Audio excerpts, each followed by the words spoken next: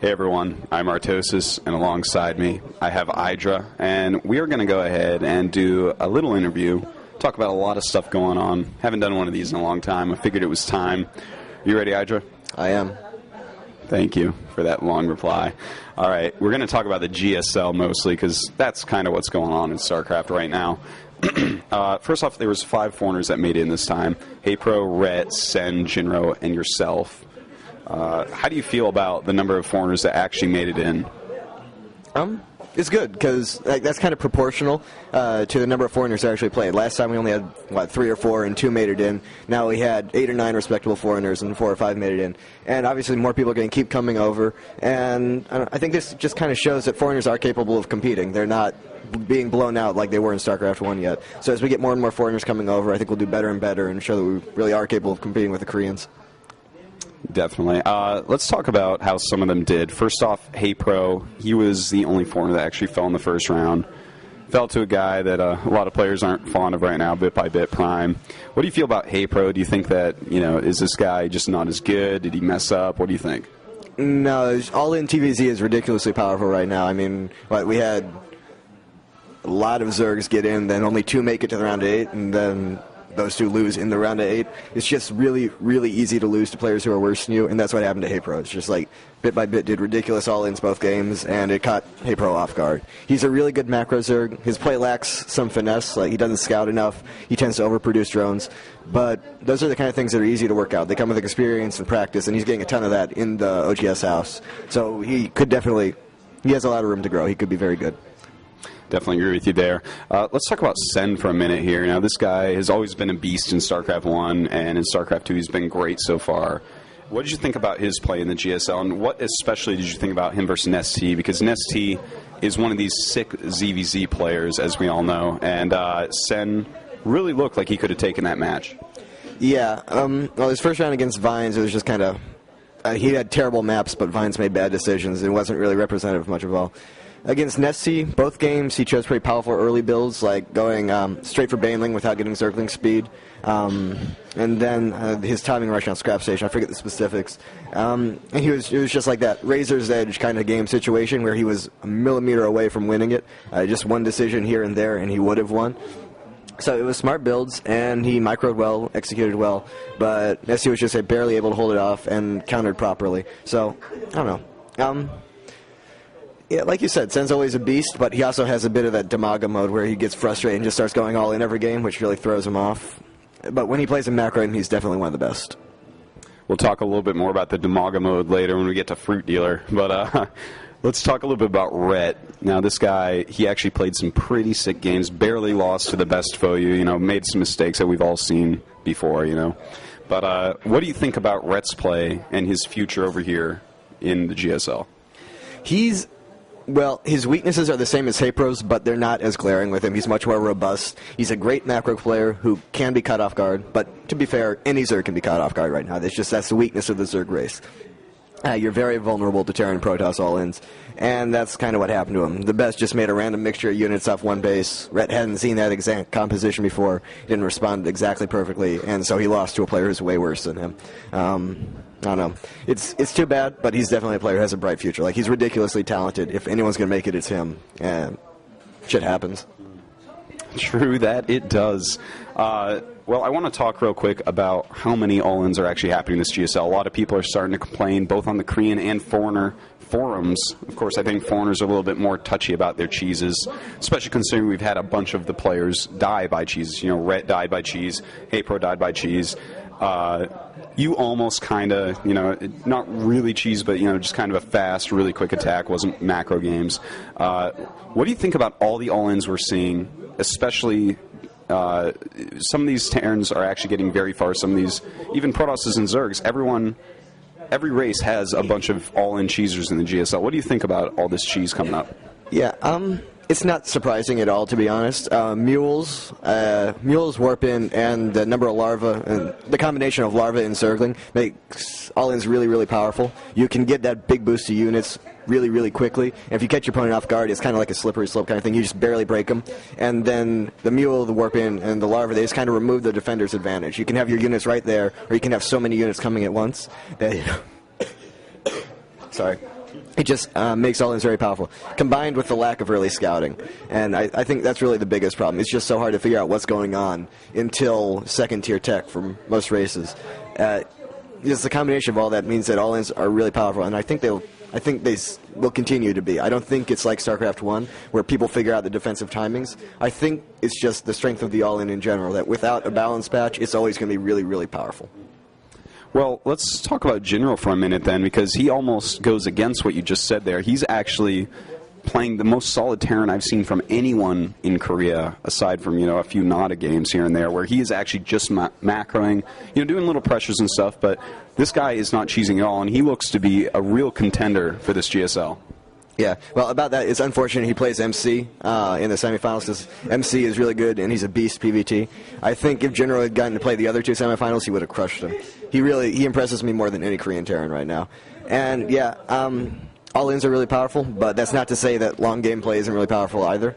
So, I mean, it's not surprising. But I'm really happy he's doing that, because it kind of shuts up all the people who are saying Terran can't play a macro game. It's just people don't do it because the All-ins are so powerful. But when you do it, obviously, as we can see with Jinro, it's perfectly fine.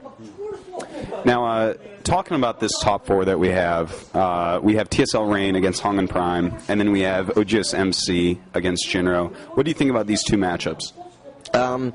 MC versus Jinro should be the finals of these four. I think MC is the best player. I hope Jinro wins just because that'd be cool. And he has been playing really well. He deserves to do well. Rain versus Hongen, it's really bizarre. Like, I'd never heard of Rain before this season, and he hasn't been particularly impressive. Hongen's been around forever, but he's pure cheese, abusive. He's not a particularly skilled player. Neither of them really deserve to be there. I don't care who wins. Whichever comes out of the other semifinal will win the tournament. It's probably going to be MC. Yeah, I think it kind of does look like that. I do believe Jinro versus MC, definitely some higher-level players. But in the round of 8, we saw Nestea fall to a bunch of SCV Marine all-ins. And then, on the other hand, Fruit Dealer actually almost seemed to kill himself because he was the one doing all-ins against Hongen. He kind of went into that Demaga mode where we sometimes see Zergs where they're like, oh, I'm going to be behind, and then they just all-in.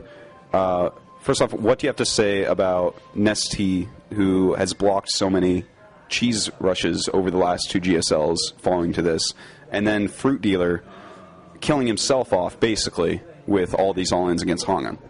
Well, the only time I remember him playing against the 2-racks all-in was against Foxer in the finals.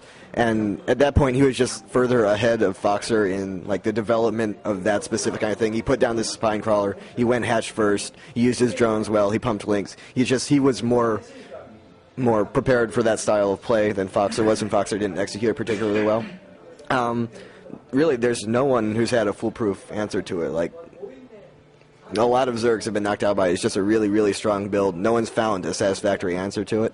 So it's not really surprising that happened. I mean, it's really unfortunate because obviously he outplayed him pretty badly in the other two games. But, I don't know. It's just Zergs haven't found an answer to it yet. I don't know if there is an efficient answer. It's really strong. All right, and on Fruit Dealer, he kind of kept cheesing Hongen. Some really questionable all-in strategies like the Baneling Bust on Scrap Station, and we saw him go all in on Lost Temple, where Hongen actually played really well to stop that. But what do you think about Fruit Dealer hitting this kind of Demaga mode where you just decide you're going to all in a whole lot? Well, it was a combination of two things. He's always had a bit of that style. It's just in the past it was always successful, so it's like he didn't really catch any flack for it. But this is the other side of the coin. You do Roachling all-ins, and sometimes you look like a genius, and sometimes you lose to Hongen Prime. So it's just coming back to bite him a little bit. That's the dangers of that style. That's why I don't like to play it. And the other thing is, really, the games he chose to all in, mostly he was behind early, and that's it's a really scary situation because Protoss, it's really easy to close out a lead with. You just get your big Stalker Colossus army up, and if you had an economic advantage, Zerg has to be 10 times better than you to make something of it. So in Scrap Station, he gets his hatch rate blocked, and the other guy goes double Nexus, way behind in economy, so he all ins.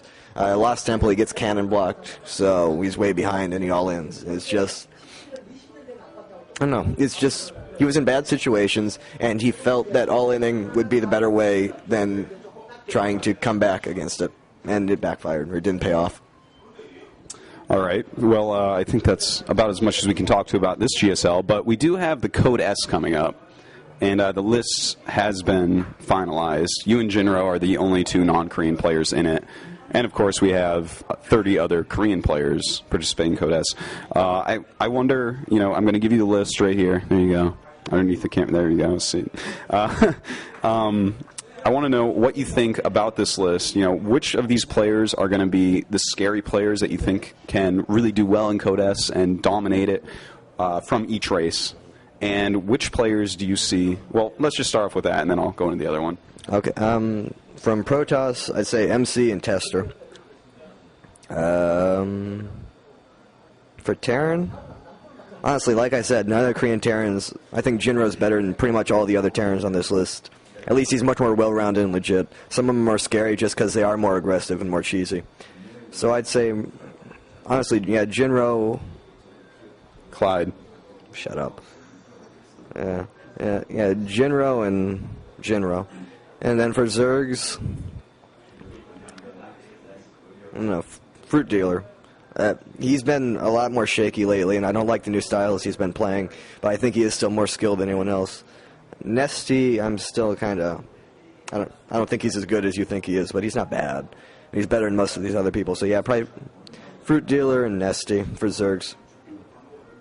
And, there's kind of switching around, people from Code A coming up, knocking people from Code S down. Who do you think are the people on this list that are really going to fall very quickly to Code A and be replaced?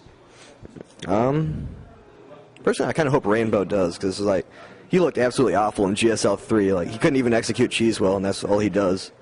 So, I don't know. I can hope for that. Next Live Forever. I don't think he even plays anymore. He'll be gone soon. Hyperdub. He's not particularly good. San Zenith. Legal Mind. Maybe Juktu Jung. I don't think he's that good. Any pro is questionable. I thought he was very skilled at first, but he's kind of been falling off quite a bit recently. I don't know if he really has the mechanics to keep up. The best foe, he's going to disappear really quick. Probably TSL Rain, too. I don't have much faith in him. Yeah, those are the ones who immediately jump out as don't deserve to be here. And in true IdrA fashion, the players that are going to be eliminated named a lot easier than the players that are going to win. All right. Well, that's Code S. Let's talk about what you've been doing recently. You've had a lot of stuff going on. Most recently, pro tips have been coming up. You've been actually commentating some of your games from MLG. Yep. This is something I did while I was back in the U.S., during MLG Dallas, right afterwards.